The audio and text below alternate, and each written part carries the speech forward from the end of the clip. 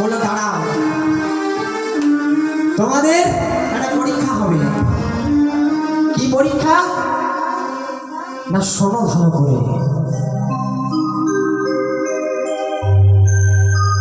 আজ নারদ মুনি এইভাবে একটি পর্দা টানলো আর বলল এইভাবে পর পর 100টা পর্দা দেওয়া হবে।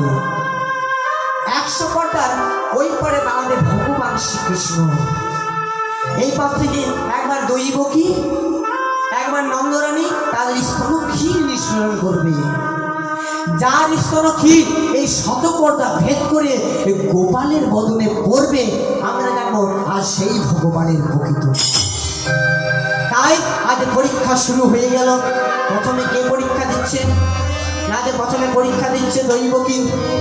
আজ দৈবকী মনে মনে করছেন, আমি ভগবানের মা, আবার আমাকে পরীক্ষা দিতে হবে।